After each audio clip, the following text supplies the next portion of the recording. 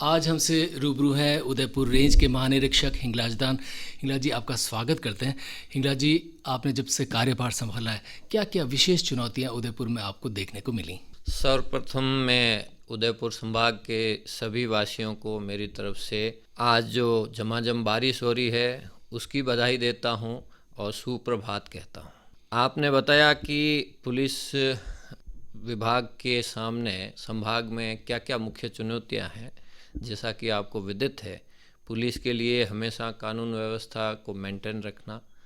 आम आदमी की सुरक्षा सुनिश्चित करना, अपराध जो घटित होते हैं उन पर त्वरित कार्रवाई करना और ऐसे अपराधी जो समाज में डर पैदा करते हैं, भय पैदा करते हैं, उन पर नियंत्रण रखना, ये मुख्य चुनौतियां रहती है। और हमारी टीम जो संभाग में काम कर रही है अलग अलग ज़िलों में, उनका सबका एक ही उद्देश्य है कि राज्य सरकार की भय मुक्त, अपराध मुक्त शासन की जो नीति है उस पर हम काम करते हुए पारदर्शी, संवेदनशील और समर्पित प्रशासन पुलिस व्यवस्था यहाँ दे पाएँ, उसको सशक्त कर पाएँ। हिंगलाज जी, कोविड-19 के इस भयावह दौर के बाद से समाज में आर्थिक परेशानियां बहुत ज़्यादा क्रिएट हुई है। बहुत सारे लोगों ने अपनी नौकरियां खोई हैं, बहुत सारे लोगों के सामने आर्थिक संकट आए हैं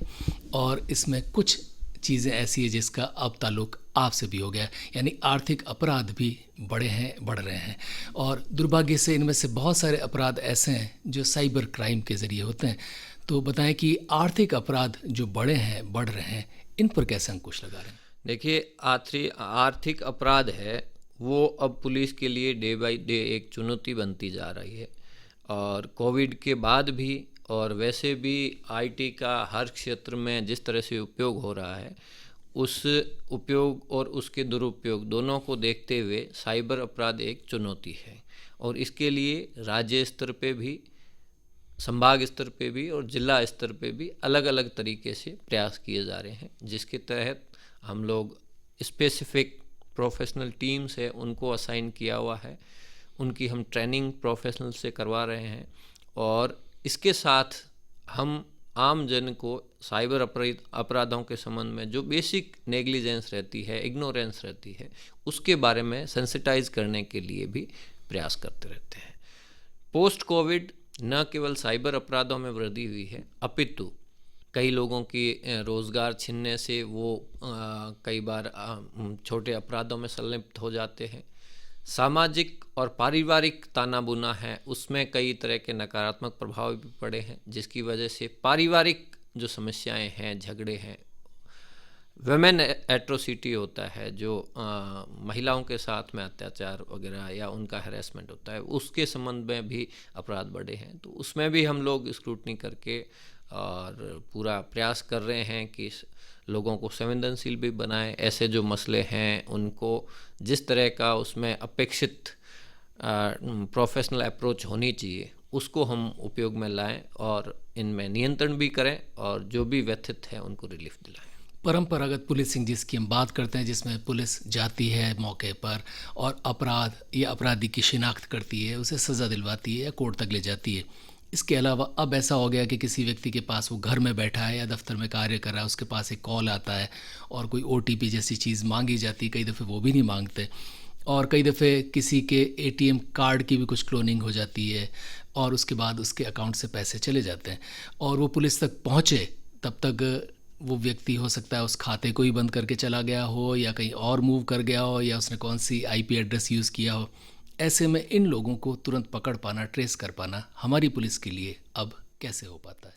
देखिए, इस चुनौती के बारे के संबंध में मैं दो पहलू आपको बताना चाहूँगा। पहला पहलू ये है कि जो भी साइबर अपराध होता है उसका कहीं न कहीं व्यक्तिगत इग्नोरेंस, या ये कहिए कि जो भी साइबर अपराधी है उसके झांसे में आना, वो चीज़ तो कहीं ना कहीं होती है। अन्यथा एकदम साइबर सिक्योरिटी है, उसको कोई आउटसाइड से ब्रीच नहीं कर सकता। कहीं ना कहीं वो आपसे पासवर्ड लेगा, कहीं ना कहीं आपसे कुछ न कुछ लिंक है, वो किसी न किसी बहाने लेगा। तो सबसे पहले हर नागरिक को इस बारे में, जब हम आईटी यूज़ कर रहे हैं तो इसके प्रोज एंड कॉन्स, उसके बारे में अवेयर रहना चाहिए और ऐसे किसी भी call, message, text, social media message उसको फॉलो करने या उसके अकॉर्डिंग या उसके अनुसार एक्ट करने से पहले 4 बार सोचना चाहिए कि क्या इस जो भी मैसेज है जिसका वो रेस्पॉन्ड कर रहे हैं, क्या इन्होंने इस चीज़ को आमंत्रित की है या इनकी रिक्वायरमेंट है, या इन्होंने किसी चीज़ के लिए इस बारे में कहीं एप्लीकेशन दी है या प्रोसेस किया। जब आपका कुछ प्रोसेस नहीं है तो ल्यूक्रेटिव, कई बार वो लालच देने वाले मैसेज देते हैं, इनाम के मैसेज देते हैं, कई बार वो आपको कुछ लॉटरी के वो बताते हैं। ऐसी चीज़ों में ऑनलाइन किसी भी तरह का इनपुट देने से पहले, एक्शन या रिएक्शन देने से पहले हर आदमी को 2 बार सोच के ही निर्णय करना चाहिए। सेकंड चीज़, जो घटित हो जाते हैं अपराध, जैसा कि आप बताते हैं, इसमें कुछ जो बैंकिंग फ्रॉड रिलेटेड इश्यूज़ हैं, जिसमें कि एटीएम को क्लोन करना या ऑनलाइन किसी के अकाउंट से पैसे विड्रॉ कर लेना, इसके लिए ये इंश्योर भी रहते हैं और अपना बैंकिंग लॉ और सिस्टम है उसमें ये प्रोटेक्शन भी है कि अगर आप तत्काल सूचना देते हैं और आपकी कहीं कोई नेग्लिजेंस नहीं है, तब फिर उसका वो उनको वापस कंपनसेट भी करते हैं। लेकिन जो अपराध है उनको ट्रैक करना इतना आसान नहीं है, क्योंकि कई बार अपराधी है वो देश से बाहर होते हैं, कई बार अपराधी है वो स्टेट से बाहर होते हैं, कई बार आपके जो भी अपराधी होते हैं वो कनेक्ट होने में इतना टाइम लग जाता है कि तब तक वो वहाँ से चेंज करके अपना सिस्टम, अपना जो भी लोकेशन है वो चेंज कर लेते हैं। फिर वो हमेशा फर्जी आईडी, फर्जी आइडेंटिटी के साथ में वर्क करते हैं, तो उनको ट्रैक करना मुश्किल होता है। बट जैसा कि हमेशा एक बेसिक लॉ रहता है कि हर अपराधी कुछ न कुछ ट्रेस छोड़ता है, तो हम हमेशा फॉलो करते हैं। और ऐसा नहीं है कि ऐसे अपराधों में हम इनको नहीं पकड़ पाते हैं। यस, कुछ परसेंटेज हम पकड़ भी पाते हैं और कुछ अनट्रेस भी रहते हैं। अजय साहब, जैसे कि आप जिक्र कर रहे थे, अंतर्राज्यीय अपराध भी इसमें एक तरह से शामिल हो गए, क्योंकि ऐसा माना जाता है कि इस तरह के जो आर्थिक अपराध होते हैं, जो OTP या इस तरह के किसी नंबर पर आधारित, ये कॉलर्स ज़्यादातर पश्चिम बंगाल या उत्तर प्रदेश के कुछ इलाकों या फिर बिहार या उस इलाके में यूँ मान के चलिए कि पूर्वी भारत से ज़्यादा संचालित होते हैं और ये बड़े ऑर्गेनाइज्ड गैंग की तरह हैं। तो क्या कुछ ऐसा हो सकता है कि अंतर्राज्यीय कुछ कार्रवाई करके इन पूरी की पूरी गैंग्स को बस्ट किया जाए? देखिए, इसके संबंध में स्टेट लेवल पे एजेंसीज काम करती है, लोकल लेवल पे एजेंसीज काम करती है, सेंट्रल लेवल पे एजेंसीज काम करती है। किस क्राइम का डायमेंशन क्या है, उसका इफेक्टेड एरिया क्या है, उसकी ग्रेविटी क्या है, उस अकॉर्डिंग एजेंसी रिएक्ट करती है। तो कई बार स्टेट लेवल की एजेंसी है वो इंटर स्टेट भी कार्रवाई करती है और कई गैंग ऐसे बस्ट हुई भी है। और नेशनल लेवल पे भी इस तरह की CBIs और अन्य जो ऐसे एजेंसीज़ है, NIA वगैरह, वो भी इस तरह के जो क्राइम्स होते हैं उसमें डायरेक्ट और इनडायरेक्ट कई बार एक्शन लेती है। तो डिपेंड्स ऑन क्राइम और उसकी ग्रेविटी और उसके डायमेंशंस, उसके अकॉर्डिंग है वो एजेंसीज रिएक्ट करती है, कार्रवाई करती है। ये रेडियो लेक सिटी है, हमारे बीच हैं उदयपुर रेंज के महानिरीक्षक हिंगलाज दान। हिंगलाज जी, थोड़ी सी बात करते हैं दूसरे अपराधों की, छोटे अपराधों की, जैसे चोरी या किसी को हाईवे पर लूट लेना। इस तरह के अपराध भी बीते दिनों बढ़े हैं और जैसे एक हादसे में तो उदयपुर से ज़्यादा दूरी नहीं, किसी की कार भी लूट ली गई। और छोटे मोटे लूट के किस्से, चोरियों के किस्से गाँव में या दूसरे कस्बों में बढ़े हैं, हो भी रहे हैं। ये बताएं कि इनसे कैसे डील कर रहे हैं और इन पर कैसे नियंत्रण पाएं और इन्हें कैसे पकड़ा जाए? हर जगह तो CCTV होता नहीं। देखिए, क्राइम बढ़े हैं या नहीं इसके तो डाटा मेरे पास नहीं है, लेकिन हाँ, ये बात सही है कि अपराध एक ऐसी चीज़ है जो अनवरत रहती है और पुलिस हमेशा अपने प्रयास करती है उनको नियंत्रण करने के लिए। और हमारे अभी DG साहब है, उन्होंने स्टेट लेवल की VC ली है, बीच में उन्होंने रेंज लेवल पे, संभाग लेवल के जो भी पुलिस के इश्यूज़ हैं, प्रोग्रेस है, उसका रिव्यू किया था और कई डिटेल डायरेक्शंस दिए हैं। तो हमारा पूरे संभाग में हमारी जो पुलिस टीम है उसका यही प्रयास है कि हम चाहे अपराध छोटा हो, बड़ा हो, चोरी का हो, लूट का हो, मारपीट का हो, किसी भी तरह का अपराध हो, हम उस पर प्रॉम्प्ट रेस्पॉन्ड करें और कोशिश करें कि उसमें तत्काल जो भी संबंधित अपराधी है उनको पकड़ें। इसके अतिरिक्त हम अब ये भी कोशिश कर रहे हैं कि जो ये अपराध करते हैं ये सोसाइटी में बहुत ही लिमिटेड पोर्शन के लोग होते हैं, 1% होंगे, 1 से भी कम होंगे, बहुत ही लिमिटेड लोग हैं। उसमें मोस्ट ऑफ जो अपराधी हैं वो चिन्हित भी रहते हैं। तो जब तक हम उनके खिलाफ प्रिवेंटिव काम नहीं करेंगे, एक्ट होना, अपराध होना और उसके बाद में कार्रवाई करना एक इश्यूज़ है। एक है कि उनको अपराध करने से पहले हम कैसे प्रिवेंट कर सकते हैं, उस पर हम फोकस कर रहे हैं। और हमारा प्रयास है कि ऐसे जो भी चिन्हित और जो हार्डकोर अपराधी हैं, जो रेगुलर हैबिचुअल क्राइम करते हैं, जिनकी आदत में अपराध करना आ गया है, तो ऐसे लोगों को हम चिन्हित करें, उनकी सर्वेलेंस रखें और उनको कंट्रोल करें, ताकि हम आने वाले टाइम में अपराधों को, चाहे छोटे हो या मेजर क्राइम हो, उनको हम कंट्रोल कर पाएँ। थोड़ा सा जिक्र सोशल मीडिया का ज़रूरी है। सोशल मीडिया के माध्यम से पुलिस के सामने नए नए चैलेंजेस आ रहे हैं। एक चैलेंज तो ये है कि किसी ने कोई पोस्ट ऐसी क्रिएट कर दी जिससे सांप्रदायिक सद्भाव बिगड़ जाए या जातिगत संप्रदाय कोई झगड़ा हो जाए। और एक ये भी कि बहुत सारे लोग, जैसे उदयपुर में ही एक विश्वविद्यालय के कुलपति तक की किसी ने नकली आईडी बनाई और उसके बाद पैसे मांगने लग गए। सोशल मीडिया पे दोनों तरह के अपराध होते हैं, इनसे कैसे डील करते हैं? देखिए, सोशल मीडिया में जो अपराध होते हैं, इसमें जो आपने कंसर्न बताया, एक होता है कानून व्यवस्था को प्रभावित करने वाले मसले, और एक होता है इंडिविजुअल किसी को डैमेज करने के लिए। तो इंडिविजुअल जब भी किसी को वो थ्रेट देते हैं, चाहे उससे कोई एक्सटॉर्शन करने का प्रयास करते हैं, ब्लैकमेलिंग करते हैं, तो वो एक इंडिविजुअल क्राइम हुआ। और उसमें हम लोग जो भी कंप्लेनेंट होता है उसकी इंफॉर्मेशन बेस पे कार्रवाई करते हैं, और कई ऐसे केसेस हुए भी हैं जिसमें एक्शन लिया गया है। इसके अतिरिक्त जो सोशल मीडिया पे इंडिविजुअल आज की तारीख में यूथ है या कई लोग हैं जो अपनी एक्सप्रेशन की जो एक राइट है उससे एक्सटेंड करके ऐसे कई बार अपने विचार या ऐसी पोस्ट देते हैं जिससे कि सामाजिक सद्भाव है वो उस पर इफ़ेक्ट होता है। तो ऐसे मामलों में भी हम, जब भी सूचना आती है, हमारा सोशल मीडिया सेल एक 24 आवर्स रन रहता है, जिसमें जब भी ऐसे नोटिस में आते हैं पोस्ट, तो हम उसको ट्रैक करके जो पोस्ट करने वाला व्यक्ति होता है उसके खिलाफ कार्रवाई करते हैं। इसके अतिरिक्त सेंट्रल गवर्नमेंट ने बीच में इस IT related, social media related जो रेगुलेशंस है उनमें काफ़ी अमेंडमेंट भी किए हैं, और हर इंडिविजुअल की और ऑर्गेनाइजेशन की रेस्पॉन्सिबिलिटी फिक्स की है कि इसका उपयोग कहाँ तक अधिकार क्षेत्र में है, कहाँ इसके उपयोग से किसी का क्राइम बनता है जिसके लिए उसको जिम्मेदार बनाया जाएगा। तो वो भी काफ़ी चीज़ें स्पष्ट हो रही है धीरे धीरे। तो ये अनवरत प्रक्रिया है और हम रेगुलर इसको मॉनिटर करते हैं और कोशिश करते हैं कि जो भी हैपनिंग्स हो उसमें ड्यू कोर्स जो भी रिस्पॉन्ड है वो हम तत्काल करें और प्रॉम्प्टली करें। अजय साहब, आकाशवाणी के माध्यम से सोशल मीडिया इस्तेमाल करने वाले तमाम लोगों को एक तो क्या सलाह देंगे, और अगर किसी के साथ कुछ हादसा होता है तो वो आप तक पहुंचने के लिए या पुलिस तक पहुंचने के लिए क्या कुछ करें? देखिए, सोशल मीडिया हो या व्यक्तिगत लाइफ हो, कहीं भी कॉग्निजेबल ऑफेंस कहीं घटित होता है जिसमें कि ऐसा अपराध, एक कैटेगरी जिसका एक जनरल ये होता है कि जिसमें पुलिस अरेस्ट करने का पावर रखती है, ऐसे प्रकरण जो भी होते हैं उनको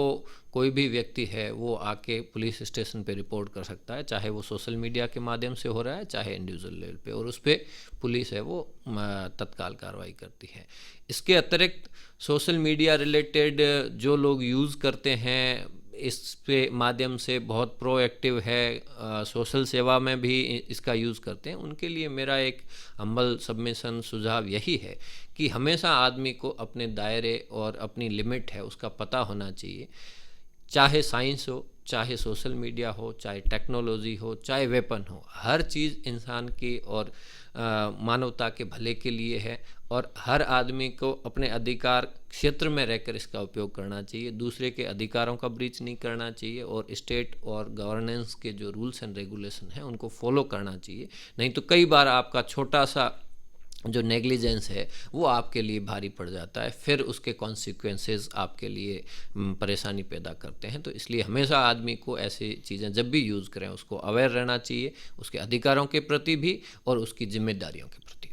मीडिया का कोई भी तरीका वो पॉजिटिव भी होता है, और सोशल मीडिया के बहुत सारी ऐसे पहलू हैं जो पॉजिटिव हैं,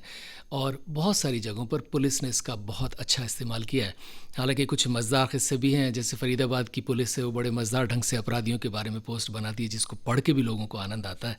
लेकिन बहुत बार ऐसा देखा गया कि पुलिस को सोशल मीडिया के ज़रिए अपराध का भी पता चलता है, सुझाव का भी पता चलता है। पुलिस भी सोशल मीडिया का अच्छी तरह इस्तेमाल कर सके और अपराध की रोकथाम में मदद कर सके, इसके लिए आपने क्या सोचा है? सोशल मीडिया, जैसे कि आपने बताया कि कई बार असहजता और परेशानी का सबब बनती है, उससे ज़्यादा इसका उपयोग भी है। आप आम आदमी तक पहुंचना चाहते हैं, तत्काल कोई चीज़ को आम लोगों तक पहुंचाना चाहते हैं, तो आप अपनी बात सोशल मीडिया के माध्यम से कह सकते हैं। आप अपने जो सोशल प्लेटफॉर्म हैं सोशल मीडिया के, उनके माध्यम से आपके अच्छे कार्यों के, आपके जो टीम वर्क चल रहा है, जिस तरह का आप प्रशासन दे रहे हैं, लोगों को अवेयर करने के लिए कोई ड्राइव आप चला रहे हैं, ये सारी चीज़ें आप सोशल मीडिया के माध्यम से तत्काल और लिमिटेड समय में बिना किसी एक्सपेंसेस के आप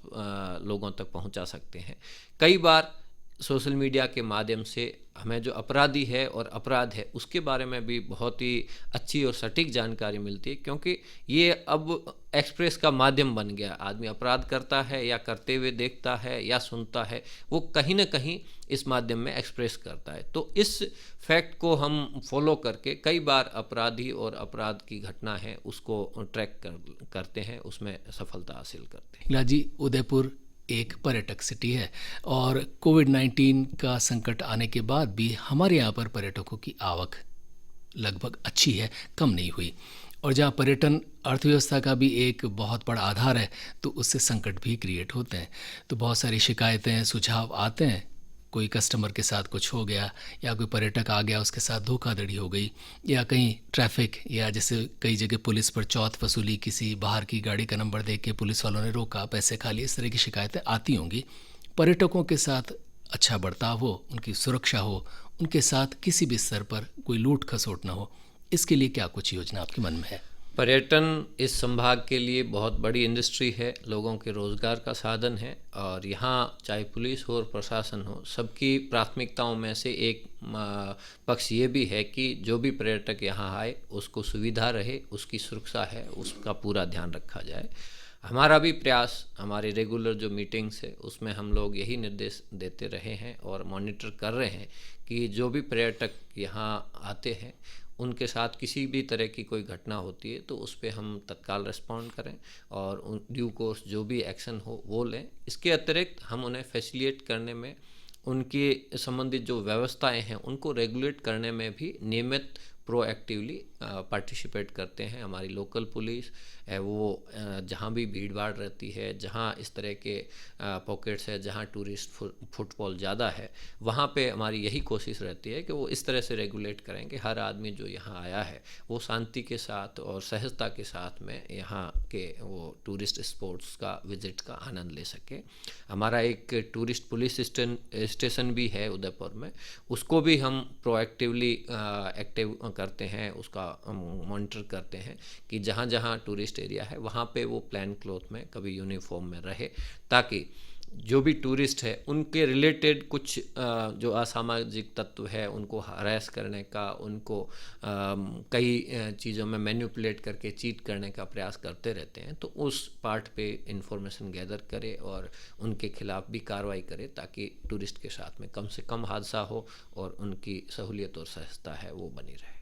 थोड़ी सी बात महिलाओं की ज़रूरी। हर सरकार, हर समाज महिलाओं के प्रति संवेदनशील होता है और महिलाओं के खिलाफ कोई भी हादसा या वारदात होती है उसको लेकर बहुत बड़ा प्रश्न चिन्ह खड़ा होता है प्रशासन पर और ख़ास तौर पर पुलिस को लेकर भी। महिला पर्यटक, खासतौर पर विदेशी महिलाएं जो आती हैं भीतरी शहर में, बहुत बार उनकी दबे ज़ुबान से शिकायत आती है कि कुछ लपके, जिन्हें कहा जाता है, ऐसे लोग उन मोटरसाइकिल पर उनके पीछे जाते हैं या कुछ डिमांड करते हैं या कुछ दूसरा प्रस्ताव रखते हैं। इसके अलावा और भी आपने देखा होगा कि बड़ी तालाब में कुछ महिला या पुरुष जा रहे हैं, उनको रोक कर लूटा गया है या दूसरी तरह के हादसे। महिलाओं की सुरक्षा पर्यटक स्थलों पर भी और दूसरी जगह पर भी हो सके, इसके लिए आपके मन में क्या है? महिला सुरक्षा और महिलाओं के साथ में घटित अपराध है उनका संवेदनशीलता के साथ और त्वरित अनुसंधान और उस पर जो कार्रवाई है, ये न केवल हमारी संभाग लेवल की प्राथमिकता है बल्कि हमारे राज्य स्तर की पुलिस मुख्यालय की एक प्रमुख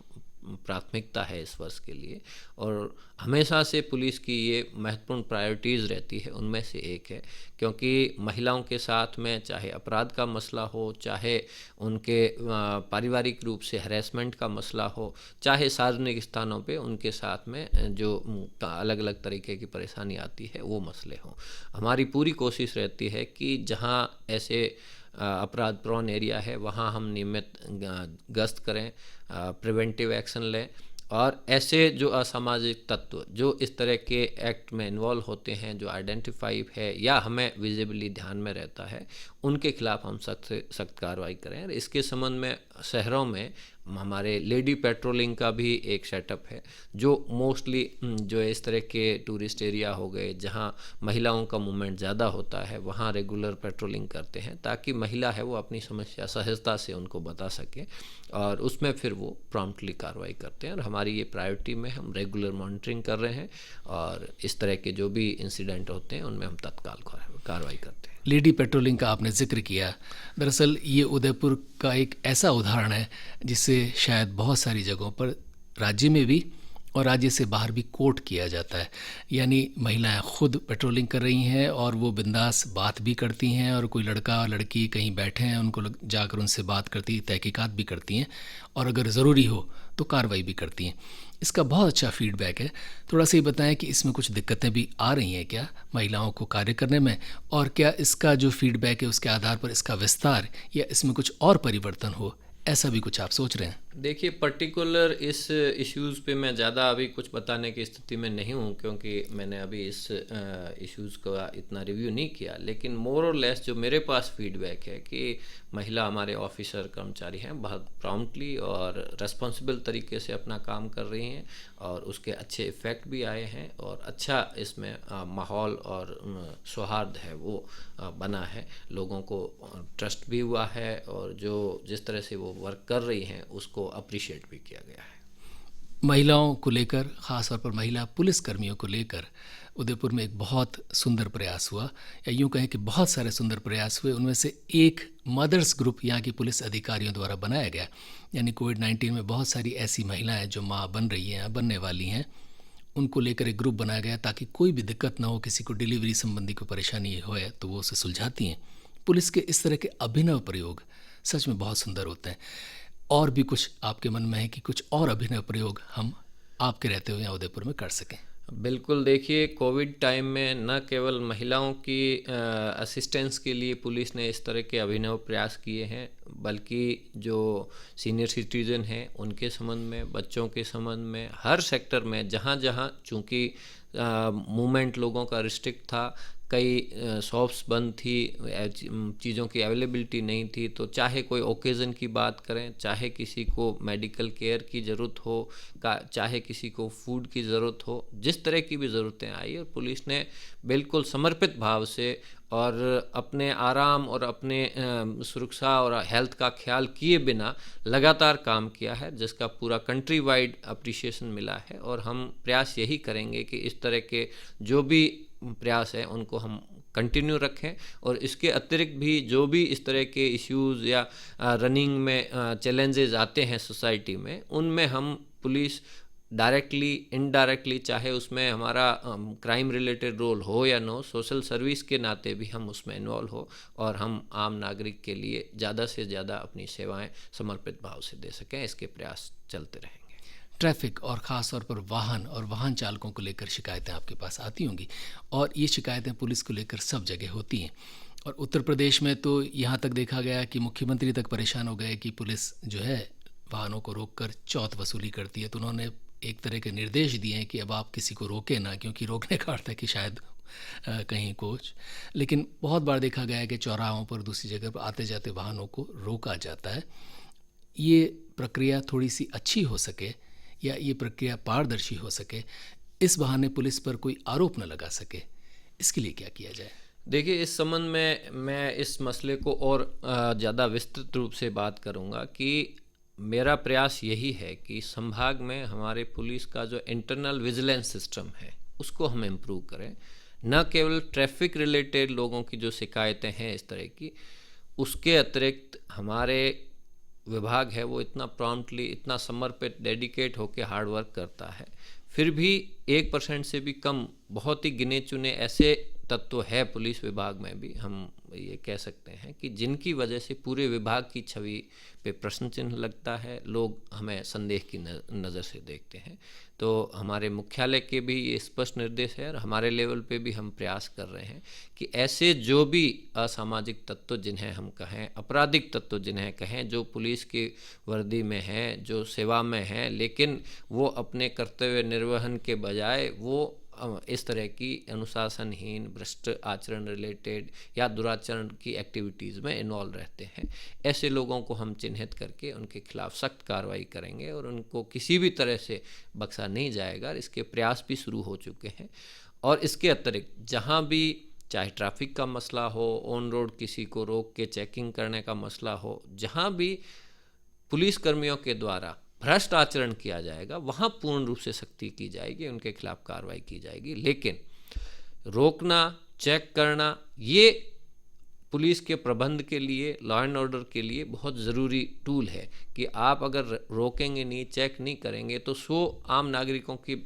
उसमें आड़ में एक अपराधी है वो वहाँ से पास ऑन हो जाएगा,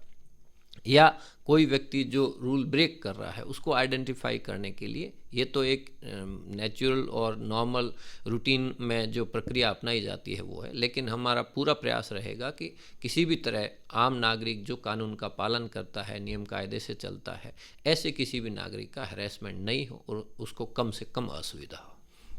स्मगलिंग एक आपके संभाग की बड़ी चुनौती है। एक स्मगलिंग जो यहाँ से गुजरात होती है शराब के ज़रिए, और एक स्मगलिंग जो चित्तौड़ या आगे जुड़े हुए मंदसौर या जो मध्य प्रदेश के इलाके हैं वहाँ से अफीम की तस्करी। ये दोनों बहुत बड़े चैलेंजेस हैं, इनको लेकर क्या मन में है? उदयपुर संभाग में मादक पदार्थों की तस्करी और शराब की तस्करी ये एक बहुत चुनौती है। यहाँ कई ऑर्गेनाइज्ड गैंग इसमें इन्वॉल्व है, लेकिन जो मैंने समीक्षा की है अभी तो पिछले कुछ समय से यहाँ हमारी जो भी टीम है वो इसमें अच्छा काम कर रही है और काफ़ी हद तक उस पर कंट्रोल है। लेकिन हम अब इसको और रिव्यू करेंगे। ऐसे जो भी पूर्व में शामिल अपराधी हैं, ऐसी गैंग्स हैं, ऐसे लोग हैं जो इस नेटवर्क में इन्वॉल्व रहे हैं, उनको हम ट्रैक करेंगे, उनकी सर्वेलेंस करेंगे और ग्राउंड पे हम जहाँ जहाँ इसके लिए चेक और विजिलेंस रख सकते हैं वो रखेंगे। और हमारा पूरा प्रयास रहेगा कि इस संभाग में कहीं भी इस तरह की गतिविधियाँ हैं वो संचालित नहीं हो। रेडियो लेक सिटी में हमारे मेहमान हैं उदयपुर रेंज के महानिरीक्षक हिंगलाज दान। हिंगलाज जी, जाते जाते उदयपुर संभाग के तमाम लोगों को क्या मैसेज देंगे, क्या सलाह देंगे? मैं बहुत ही सरल भाषा में सभी जो उदयपुर वासी हैं, संभाग वासी हैं, उनको यही कहना चाहूँगा कि हमारी पूरी पुलिस फोर्स आम नागरिक की सेवा और सुरक्षा के लिए समर्पित है। हम कानून व्यवस्था को किसी भी तरीके से प्रभावित नहीं होने देंगे, उसको मेंटेन रखेंगे और आम आदमी की सुरक्षा और कानून व्यवस्था को प्रभावित करने वाले जो भी तत्व हो, चाहे वो कितने भी मजबूत हो, कितने भी संगठित हो, लेकिन हम उनके खिलाफ सख्त कार्रवाई करेंगे, उनको बख्शेंगे नहीं। और जो आम नागरिक हमारे पुलिस थानों में जाते हैं उनके साथ में गरिमा के साथ व्यवहार हो, उनकी बात सही शिष्टाचार के साथ सुनी जाए और उस पर तत्काल कार्रवाई हो, ये हम सुनिश्चित करेंगे। और हमारे जो भी पुलिस प्रबंध रिलेटेड काम है, हमारी जो चुनौतियां हैं, हमारी जो सेवाएं हैं, चाहे वो कानून व्यवस्था मेंटेन करने के संबंध में हो, अपराधों के नियंत्रण में हो या जन सेवा के संबंध में हो, हमारा पूरा प्रयास रहेगा कि हम जन संवाद और जन सहभागिता के माध्यम से आम लोगों को, समाज के जो मुख्य अलग अलग वर्ग है, उनके प्रतिनिधि है, उनको शामिल करें, उनके सुझाव लें, उनका सहयोग लें और हम टीम भावना से सब मिलके इस समस्या का, इस चुनौतियों का सामना करते रहें। एक समर्पित और कटिबद्ध है और सुरक्षित वातावरण दे सकें, अच्छा पुलिस प्रशासन दे पाएँ, इसके हमारे प्रयास रहेंगे। आप सब लोगों से सहयोग अपेक्षित है, आप सब लोग हमें हमेशा सहयोग करें और हमारा पूरा प्रयास रहेगा कि हम एक अच्छा, समर्पित और प्रभावी पुलिस प्रबंध दे पाएँ। हिंगलाज दान, महानिरीक्षक उदयपुर रेंज, आपका हृदय से आभार।